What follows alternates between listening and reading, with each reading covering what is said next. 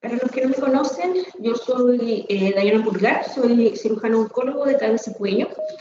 Y junto con la doctora Luque vamos a hacer el próximo módulo de cirugía oncológica, específicamente de cabeza y cuello, mama y parte blanca. Vamos a hacer también las clases de piel, melanoma, cáncer de piel, melanoma y no melanoma.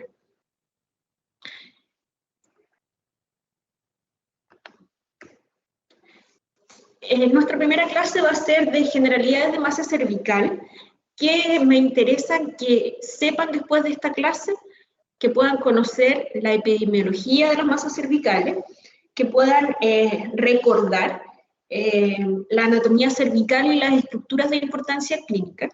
Les va a permitir esto poder plantear diagnósticos diferenciales en relación a pacientes que consultan por aumento de volumen cervical. Me interesa que puedan realizar una evaluación inicial de un paciente que consulta por una masa cervical y plantear diagnósticos diferenciales que se presentan como aumento de volumen cervical. La incidencia de las masas cervicales o aumento de volumen cervical está en aumento en el mundo, esto dado principalmente por la mayor disponibilidad de imágenes. Tenemos actualmente un gran porcentaje, entre el 30 y el 40% de las masas cervicales que se diagnostica como incidentaloma, es decir, se solicitó alguna imagen por control de un cáncer de colon o una lesión X, y finalmente apareció o un nódulo tiroideo o una adenopatía o un quiste tiroidoso en ese estudio de imagen. Nosotros, cuando hablamos de masa cervical, hacemos la diferencia de lo que es origen tiroideo, que se trata, se estudia y se maneja distinto de lo que es extratiroideo. En general, el cáncer tiroideo tiene bastante mejor pronóstico que las masas de origen extratiroideo. Cuando hablamos de epidemiología de masas cervicales extratiroideas, somos capaces de diferenciar según edad la frecuencia con que estas masas se van a presentar en la población. Así sabemos que en población joven, la gran mayoría de las masas cervicales son de origen congénito y mucho menos probable que sean de origen neoplásico, a diferencia de lo que ocurre en la población a medida que envejece. Ya desde los 20, 30, más aún sobre los 40 años, las causas neoplásicas son muchísimo más frecuentes que las causas inflamatorias, y las causas congénitas ya pasan a ser diagnósticos anecdóticos, por así decirlo. El contenido cervical es bastante complejo. Vemos acá distintos cortes anatómicos, uno en posición anterior y otro lateral, y como ven, tenemos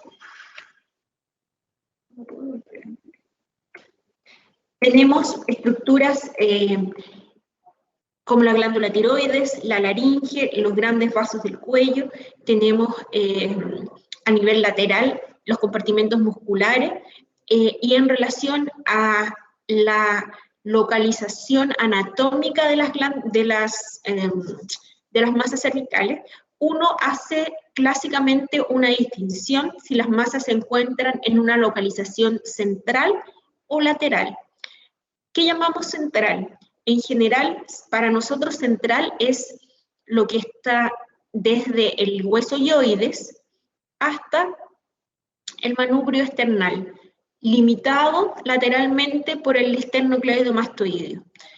Y las masas que están detrás del esterno o entre el esterno y el trapecio, para nosotros es compartimento ya lateral, que es lo que se ve acá. En esta otra imagen se ve seccionado el esternocleidomastoideo, y vemos la vena yugular, donde nosotros reconocemos los contenidos linfoadiposos de los grupos 2, 3 y 4, que pueden ser una de las causas, las adenopatías inflamatorias de aumento de volumen. Otros cortes que les quería mostrar del cuello es que el cuello está rodeado por distintas fascias. Y estas fascias hacen que el cuello sea poco distensible. En general, no somos capaces a nivel cervical de contener más de entre 30 y 40 cc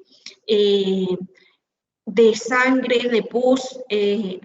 Más que eso, ya los pacientes van a empezar a desviar estructuras, a tener compresión de vía aérea y a tratar de estas fascias buscar disección hacia mediastino. Como ven acá, tenemos unas fascias que son más superficiales, que rodean los músculos pretiroideos y los músculos esternocleidomastoideos. Tenemos fascias prevertebrales y fascias viscerales, que le llamamos nosotros. Y estas fascias tienen continuidad con las estructuras del mediastino. ¿Por qué nos importa? Por lo que les comentaba, porque aumentos de volumen cervicales, como abscesos cervicales, pueden generar disecciones de estas fascias y terminar con infecciones o abscesos a nivel de mediastino. ¿Cómo evaluamos a pacientes con masa cervical? Lo más importante y lo que ustedes tienen que tratar de estrujar al máximo es anamnesis, tanto remota como próxima, asociado a examen físico. Las imágenes nos van a entregar información, sí, claro, pero es la anamnesis y el examen físico lo que les va a permitir precisar y establecer cuál es su diagnóstico sindromático y en base a esos plantear posibles diagnósticos diferenciales. ¿Qué nos interesa en la anamnesis remota? Nos interesa saber la edad del paciente. Como ya les comenté, los pacientes más jóvenes en general tienen lesiones que son congénitas, los pacientes mayores tienen lesiones que tienden hacia la esfera neoplásica. Sus hábitos, de los hábitos lo que nos interesan son tabaco, alcohol, y cuando sospechamos que podemos estar en una infección relacionada a virus papiloma humano, debemos preguntar número de parejas sexuales y presencia de sexo oral, porque sabemos que es una enfermedad de transmisión sexual. En los antecedentes personales, ver si hay antecedentes de trauma que nos explique que esto sea un hematoma, preguntarle a los pacientes si han tenido, qué enfermedades tienen y qué enfermedades tuvieron, para saber si esto puede ser una manifestación sistémica de un cáncer localizado en la parte que a ustedes se les ocurra, estómago, pulmón, hasta recto y ano. Hemos encontrado adenopatías supraclaviculares. Nos interesa saber si los pacientes durante su adolescencia e infancia tuvieron que exponerse a radiación. Por ejemplo, si presentaron un linfoma del manto que requieren radioterapias corporales totales, eso sabemos que aumenta la incidencia de poder desarrollar un cáncer de cabeza y cuello. Cirugías previas a nivel de cabeza y cuello, la presencia de enfermedades previas como tuberculosis, virus Epstein-Barr, virus papiloma humano, VIH, presencia de patología dental.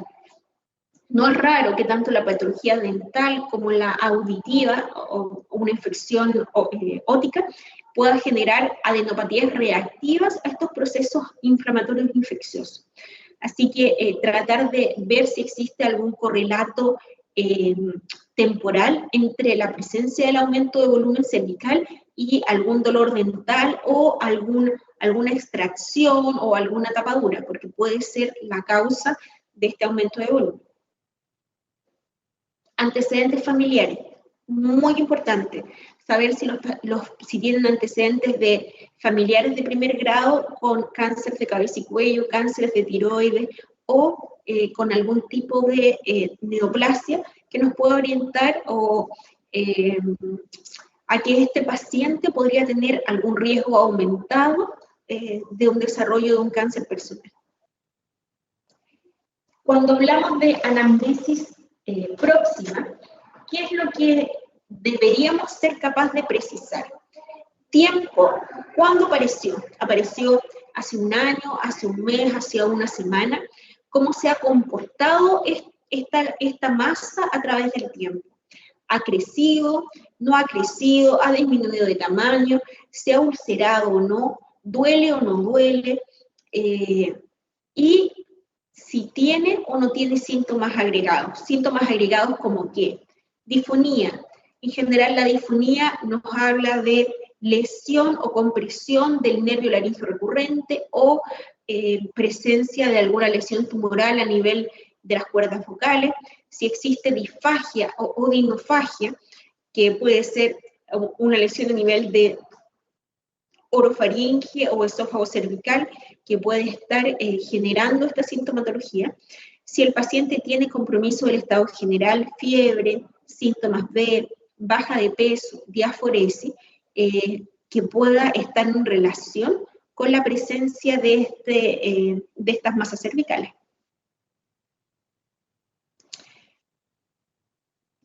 ¿En qué nos tenemos que fijar en el examen físico? ¿Qué es lo mínimo que deben examinar en el examen físico de un paciente que consulta por masa cervical? Tienen que incluir claramente la inspección del cuello, pero tienen que revisar la cavidad nasal, revisar la cavidad oral. Al paciente le tienen que pedir que se saque las placas. No es raro que los pacientes puedan decir que la placa no ajusta, y cuando ustedes retiran las placas, debajo de la placa pueden encontrar la lesión o el primario que le llamamos nosotros, que fue lo que está dando estos aumentos de volumen cervicales. Así que lo mínimo a inspeccionar es cavidad oral, cavidad nasal, canal auditivo, la piel de la cara, el cuello, cuero cabelludo. Después de inspeccionar estos sitios anatómicos, palpar la glándula tiroides. A los pacientes, la palpación de la glándula tiroides se hace con el paciente sentado. Ustedes apoyan sus dedos a nivel del manubrio esternal y le dicen al paciente que trague saliva. Al tragar saliva, la tiroides asciende y ustedes la van a ser capaces de atrapar entre sus dedos. Y ahí van a poder precisar si tiene o no tiene un aumento de volumen, y si este aumento de volumen es de consistencia aumentada, está adherido a los planos profundos, el tamaño de este aumento de volumen. Y cuando ya terminaron de examinar la tiroides, le piden al paciente que baje levemente su cabeza y van siguiendo la trayectoria del músculo esternocleidomastoideo, examinando los grupos ganglionares 2, 3 y 4, los grupos ganglionares 1, que son los submandibulares y los submentonianos, y aprovechan de examinar los pre y los retroauriculares. Eso es lo que debe incluir un examen de cabeza y cuello. Si ustedes son capaces en su examen físico de precisar esta masa cervical o este aumento de volumen cervical, ¿qué deberían registrar de la masa? Y los que han pasado conmigo en general, yo les pido que describan, que palpen y que registren. En general tienen que aprender a que la información que ustedes sean capaces de extraer del paciente tiene que ser útil para el resto de los médicos que van a seguir tratando al paciente. Cuando ustedes examinan a un paciente y encuentran un aumento de volumen cervical, tienen que describir la ubicación. Está a nivel central, está a nivel lateral, está submandibular, está supraclavicular, está en el grupo 5, está en el cuero cabelludo. ¿Dónde está? ¿Qué tamaño tiene? ¿Qué forma tiene? ¿Es redondeada? ¿Es ovalada? La consistencia tiene una consistencia aumentada, es pétreo, es de consistencia blanda, similar a tejido adiposo, tienen que tratar de definir cuál es la consistencia de este aumento de volumen. Si duele o no duele, en general las adenopatías que son inflamatorias e infecciosas tienden a ser sensibles a la palpación, a diferencia de las adenopatías tumorales que tienden a ser indoloras. Si se mueve o no se mueve, ustedes localizan su aumento de volumen y tratan de ver si son capaces de movilizarlo tanto en el eje vertical como en el eje horizontal, si se encuentra adherido o no a planos profundos. Color, que habla de si existen cambios en la coloración de la piel adyacente a la lesión.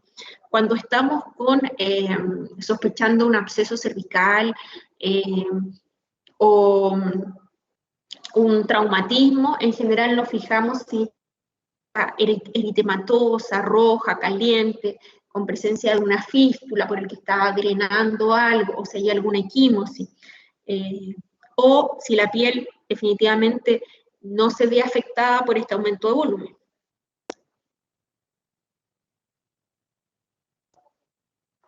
Cuando examinamos al paciente y lo entrevistamos, nosotros nos hacemos una idea inicial si esto puede ser tiroideo o extratiroideo. Y en base a eso es qué exámenes les vamos a ir a solicitar al paciente. Si sospechamos que el aumento de volumen es tiroideo, le deberíamos pedir una TSH, un T4 libre para saber si este aumento de volumen es hiperfuncionante o no. Si nosotros sospechamos, por ejemplo, que no va por la esfera tiroidea, sino que el paciente lo que está cursando en ese momento es con una infección y que esto es una manifestación de una adenopatía que puede estar abscedada o un absceso que se está formando, hemograma, VHS, PCR, parámetros inflamatorios. Si nosotros sospechamos por nuestra entrevista que puede ser alguna infección viral, que las serologías que habitualmente solicitamos cuando queremos descartar o confirmar la presencia de un síndrome mononucleósico es Epstein-Barr, citomegalovirus, toxoplasma, Bartonella genselae y VIH. Estas son las serologías que pedimos cuando estos aumentos de volúmenes están en relación a un síndrome mononucleósico. Saltando de los exámenes de laboratorio, nos vamos a los exámenes complementarios, que son las imágenes. La ecografía es bastante disponible, un examen ampliamente disponible, que nos permite diferenciar entre lesiones sólidas y quísticas. Sabemos que es no invasivo, permite ver en tiempo real la masa y su relación con las estructuras vecinas, y permite guiar punciones de estas lesiones, ya sea con aguja fina o con aguja gruesa. Nuevamente, ¿qué examen solicitar? Va a depender de nuestra sospecha diagnóstica. La ecografía es nuestro examen de elección cuando nosotros estamos sospechando patología tiroidea. Cuando nosotros sospechamos que estas adenopatías pueden estar en contexto neoplásico o pueden estar en contexto de una manifestación sistémica, de un cáncer de gástrico, de un linfoma, en general la ecografía no nos entrega suficiente información. Y aquí claramente el escáner nos va a entregar muchísima más información que la ecografía, ya que permite un mayor rendimiento en la evaluación de las masas cervicales malignas. Es usada para evaluar los ganglios linfáticos, nos va a permitir caracterizar la masa y su relación con las estructuras anatómicas de cabeza y cuello, nos va a permitir identificar el origen del primario. Si lo pedimos con contraste o hacemos algunas secuencias especiales, vamos a ser capaces de realizar un angio-TAC de los vasos del cuello para saber si es un tumor, por ejemplo, del cuerpo carotidio, lo que esté manifestándose como este aumento de volumen. Y afortunadamente sí es un examen que es bastante bien tolerado, rápido y bastante disponible. Yo acá les puse un quiste branquial, que se ve esta gran masa quística en el lateral al cuello, y acá este escáner nos permite ver. Acá hay un quiste tirogloso que se ve como el hueso yoide está interrumpido por esta lesión que lo atraviesa y que finalmente es un quiste tirogloso. Si nosotros a estos pacientes les hubiéramos solicitado una ecografía, la ecografía nos hubiera podido nos hubiera descrito la imagen, pero no hubiera sido suficiente para ir a identificar el primario, o qué es lo que está generando este aumento de volumen. En aquellos pacientes que sospechamos que el aumento de volumen era tiroideo y cuando revisamos sus exámenes vemos que la TSH está suprimida, es decir, menos de 0,5, realizamos cintigramas tiroideos. Los cintigramas tiroideos utilizan tecnesio 99 para determinar si los nódulos que nosotros estamos viendo o este aumento de volumen que estamos palpando es caliente, es decir, capta el radioyodo, o si es una lesión fría. En general, los nódulos hipofuncionantes, es decir, aquellos que captan poco tecnesio 99, tienen hasta un 30% de riesgo de malignidad, contra aquellos nódulos que son hiperfuncionantes, que tienden a ser en su gran mayoría benignos, y el porcentaje de malignidad no es más de un 3%. En esta figura vemos una proyección anteroposterior de una paciente con un nódulo en el cuello, y vemos que esta imagen nodular grande es relativamente hipocaptante. Como ven, no es capaz el medio de contraste de dibujar todo el contorno del nódulo. De manera que para nosotros esa es una lesión hipocaptante y que tendríamos que estudiar. En cambio, esta otra lesión, como ven, acumuló grandes cantidades de tecnesio 99 y la interpretamos como una lesión hipercaptante, y que este aumento de volumen podría seguirse en el tiempo con estudio ecográfico sin necesidad de realizar punción. ¿Qué otros exámenes complementarios utilizamos? Resonancia magnética. ¿En quiénes? En pacientes que sospechamos que pueda tener una lesión de partes blandas que queramos caracterizar mejor. ¿Como qué? Como un schwannoma, que son tumores de las vainas de los nervios. Como les mostré en la figura previa, cuando vimos un poco de anatomía, el cuello está lleno de nervios que lo atraviesan. Salen los pares craneales, cruza el plexo cervical, y cualquiera de estas estructuras puede generar estos tumores de vainas nerviosas, que es el mejor examen para caracterizarlos en la resonancia. Sabemos que la resonancia no irradia. Dentro de sus desventajas es que es un examen de alto costo y requiere entre 30 y 45 minutos en su ejecución, así que habitualmente podría ser mal tolerada en algunos pacientes. Realizamos nasofibroscopía, que es esta imagen que está realizando que habitualmente lo hace el otorrino, que nos permite evaluar la anatomía de toda la vía aérea superior, así como la función del velo del paladar, el movimiento de las cuerdas vocales y el proceso de deglución. Al paciente, mientras se visualiza la laringe y las cuerdas vocales, se le pide que degluta, que hable, de manera que nosotros podemos ver cómo el aparato laríngeo se moviliza con la estimulación.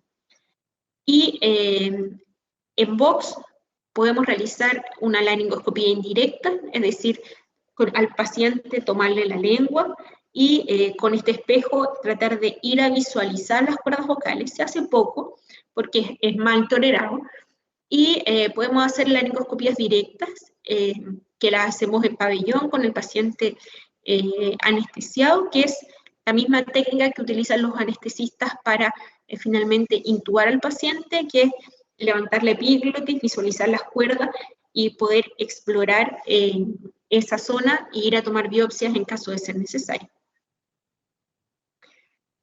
Cuando encontramos por nuestro examen físico y por los exámenes adicionales, ya sea por ecografía, por escáner, resonancia, somos capaces de valorar la presencia de esta imagen, tenemos que ir a confirmar qué es definitivamente lo que está afectando al paciente, y para eso la confirmación es histológica. Podemos hacer distintos tipos de biopsia a nivel cervical para ir a confirmar cuál es el origen de la lesión. Si estamos tratando con patología tiroidea, el examen a elección o el tipo de biopsia a elección es una punción con aguja fina. Usamos una aguja pequeña, una aguja 21 French, donde al paciente se hiperextiende el cuello, ecoguiado, se inyecta un poco de anestesia general, o sea, anestesia local, y posteriormente se punciona el nódulo o la masa que nosotros queremos estudiar. Y de ahí se extrae un citológico. Lo que es capaz de evaluar el patólogo es un coágulo, y ahí ve grupos celulares. A diferencia de lo que somos capaces de, o la cantidad de tejido que somos capaces de obtener con una punción con aguja gruesa.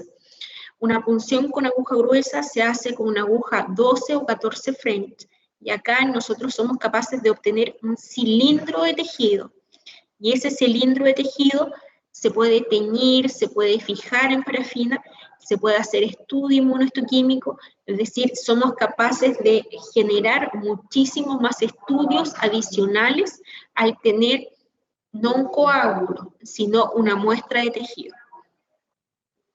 Cuando estamos sospechando que estamos frente a un linfoma, muchas veces las punciones con aguja gruesa se pueden hacer insuficientes por la cantidad de material que el patólogo requiere para hacer los estudios adicionales y diferenciar qué subtipo de linfoma o qué subtipo de cáncer es el que nos estamos enfrentando.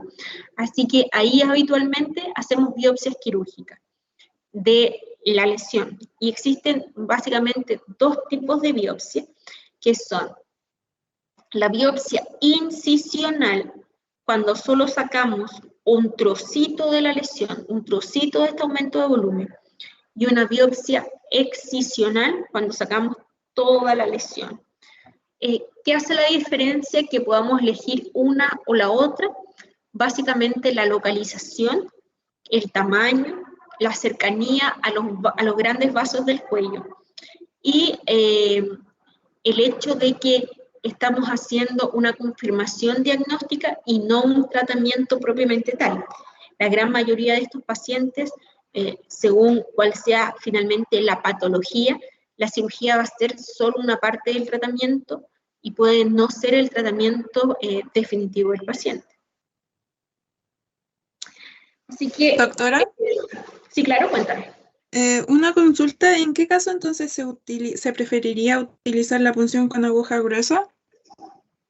Por ejemplo, Cuando tenemos adenopatías cervicales en un paciente gran fumador que consulta por disfonía y una masa palpable a nivel cervical. Tú le haces una nasofibroscopía y la nasofibroscopía no muestra un tumor evidente, pero tiene esta adenopatía que está pétrea, adherida a planos profundos. No estamos sospechando un linfoma, sino que estamos sospechando eventualmente un carcinoma escamoso de cabeza y cuello, que es el 90% de las causas de los tumores de cabeza y cuello. Y en estos pacientes, las punciones con aguja gruesa realizadas por los radiólogos nos permite establecer el diagnóstico definitivo, es decir, yo lo voy a puncionar y es altamente probable que la adenopatía me diga metástasis de carcinoma escamoso. Ya con ese resultado, yo tengo que ir a completar mi estudio para saber cuál es el primario de esa lesión. Si le voy a pedir un escáner de cuello, tórax, abdomen y pelvis, o le voy a pedir un PET para saber dónde está el hipermetabolismo y que me pueda orientar al origen de esa lesión. En general, la biopsia, ir a sacar el nódulo o ir a sacar la lesión, la dejamos bien acotado a lo que es estudio de enfermedad sistémica hematológica, básicamente linfoma. Ya, muchas gracias. Así que, en general, esto, como para que lo guarden y sepan cómo enfrentarse a este algoritmo, lo encontré súper explicativo. Cuando les llega un paciente adulto con una masa cervical, primero, en su examen físico y su anamnesis, ustedes deberían diferenciar si el paciente está con signos y síntomas de infección bacteriana. Si el paciente dice que esto partió hace pocos días, que aumentó rápidamente el volumen, que está rojo caliente, que ha tenido fiebre, y ustedes al examen sienten que esto está fluctuante, ustedes podrían indicar antibioterapia, 10 días. A mí me gusta siempre hacer un control intratratamiento, al menos a los 5 días, para saber cómo ha sido la evolución del paciente, para saber si se va a poder seguir manejando ambulatoriamente o si lo vamos a tener que hospitalizar. Y con eso definir si se solucionó o no se solucionó este aumento de volumen. Las adenopatías inflamatorias o los cuadros inflamatorios infecciosos, en general, a las 2 semanas deberían dejar de doler y aproximadamente al mes y medio, ya debería empezar a disminuir de tamaño la adenopatía. Las adenopatías no es que desaparezcan al desaparecer la infección. Habitualmente pueden estar los pacientes 6 semanas, 8 semanas con al examen físico con la palpación de adenopatías reactivas, pero que cambiaron de características, ya no son sensibles y han ido disminuyendo levemente de tamaño. Si por otro lado el paciente no tiene signos y síntomas de infección bacteriana, y además tiene uno o más hallazgos sospechosos de riesgo aumentado de malignidad, como paciente mayor de 40 años, uso de tabaco y alcohol, faringitis crónica o disfagia, otalgia ipsilateral a la masa, úlceras en la cavidad oral o a nivel faríngeo, cambio reciente de la voz, pérdida reciente de la audición, epistaxis u obstrucción nasal, pérdida de peso, antecedentes de cáncer de cabeza y cuello o historia personal de cáncer de cabeza y cuello, una masa cervical no dolorosa, asimetrías a nivel de las amígdalas o lesiones en la cara, cuello, cuero cabelludo, tórax, extremidades superiores, y que estos se presenten por más de 2 semanas, o si el paciente no es capaz de precisar claramente cuándo comenzó, la idea es que a estos pacientes ustedes puedan solicitarle algunos exámenes adicionales. ¿Qué exámenes? Va a depender de lo que ustedes estaban sospechando. Si ustedes piensan que es patología tiroidea, ustedes pueden solicitar una ecografía y con la ecografía determinar el plan de tratamiento. Si ustedes piensan que es patología extratiroidea, pueden solicitar un escáner de cuello y tórax, pueden solicitar una resonancia magnética para tratar de ir a precisar cuál es el primario, cuál es el origen de esta lesión, y cuando tengan bien caracterizada la lesión, tratar de definir cómo la van a ir a confirmar. Nuevamente, si piensan que es patología tiroidea, la confirmación con biopsia con aguja fina. Si ustedes piensan que es con patología extratiroidea, habitualmente hacemos las confirmaciones con aguja gruesa. Y si pensamos que es patología hematológica maligna, hacemos biopsias quirúrgicas, ya sea incisionales como excisionales.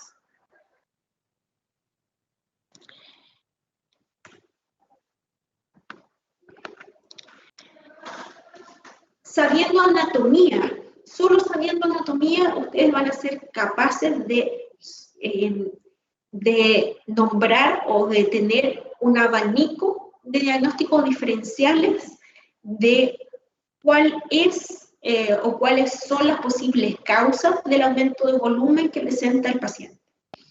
Y que pueden estar dentro de la esfera de patologías benignas como de patologías malignas. A nivel central del cuello, sabemos que tenemos la glándula tiroides, que puede ser tanto un bóceo, un nódulo, un cáncer, pero tenemos el quiste del conducto tiroidoso, tenemos quistes tímicos, tenemos quistes tiroideos, tenemos patología cutánea, quistes epidérmicos, lipoma, tenemos condrosarcoma, bien raro, tenemos metástasis del carcinoma, principalmente de las glándulas sublinguales y submandibulares. Y a nivel lateral, el diagnóstico diferencial se hace aún más extenso, porque tenemos todas las adenopatías que pueden ser ya sea tumorales como reactivas a, tenemos los quistes branquiales, estas lesiones congénitas que vamos a ver con mayor detalle en la clase de jueves, tenemos patología de glándulas salivales, tenemos los neurofibromas y los paragangliomas, tenemos metástasis de carcinoma, metástasis de carcinomas de glándulas salivales, principalmente de la parótida, los linfomas que se manifiestan como poliadenopatías cervicales laterales, sarcomas, histiocytomas fibrosos. Esto es una lista bien acotada, pero en general cualquier estructura anatómica puede tener un aumento de volumen y su correlato tanto benigno como maligno. ¿Dónde profundizar acerca de lo que conversamos hoy? En el manual de patología quirúrgica de la Católica, y yo sé que ese está en Kindle, y el cirugía en medicina general, que es el manual quirúrgico de la Chile, que está del año pasado, y que está bastante bueno. Ninguna de las clases que vamos a hacer nosotros salen más allá de 4 o 5 páginas, y está fácil de entender. Así que la idea es que ustedes sean capaces de complementar sus dudas con cualquiera de los manuales. Y yo no lo dejé acá, pero las otras clases los voy a agregar, mi correo, por si llegasen a tener dudas mientras estén estudiando la materia. Así que estos eran los objetivos que teníamos en relación a la clase de hoy. Si alguien tiene dudas, preguntas,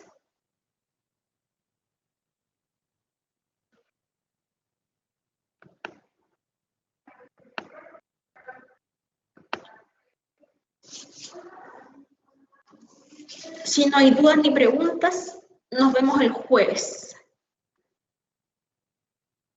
desde las 2. Doctora, la clase del jueves, ¿de qué dijo que iba a ser?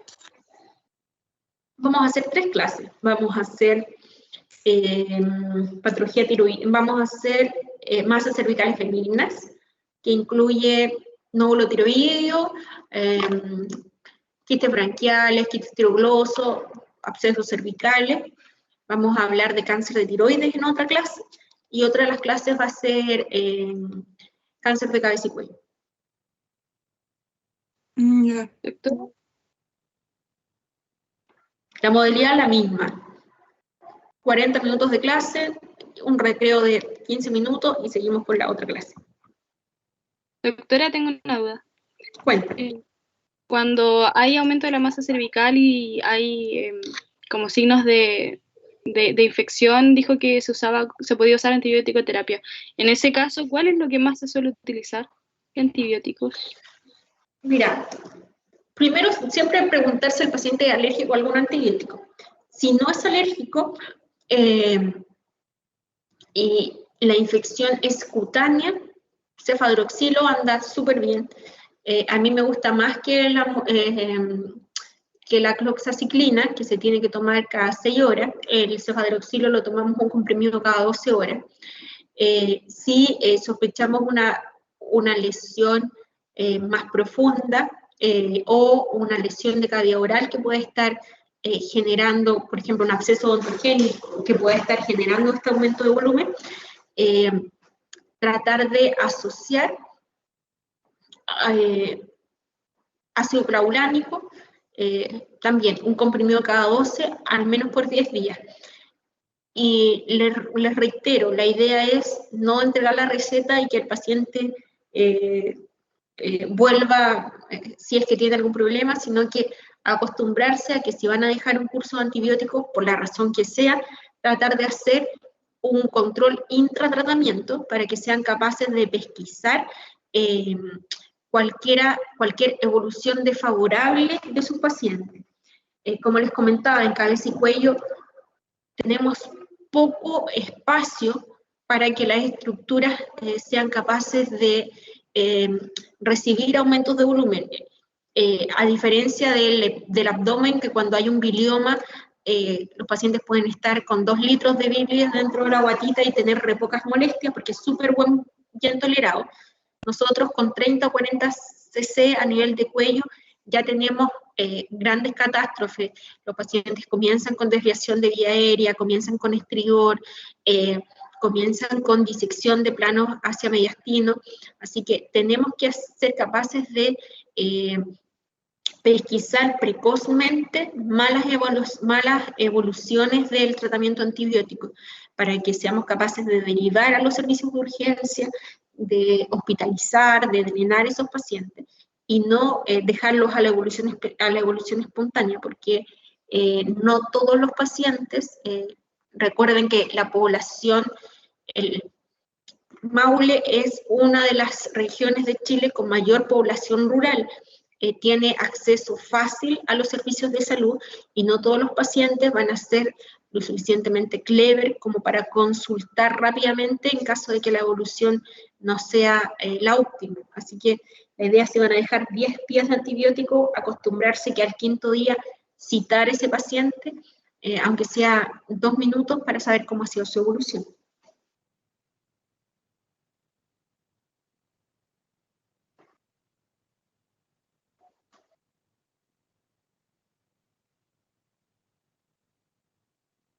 ¿Alguna otra duda?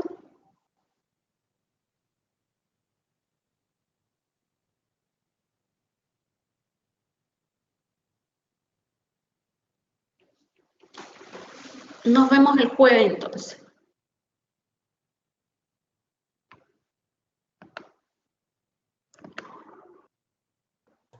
Gracias, doctora. Gracias. Chao, doctora, gracias. Gracias.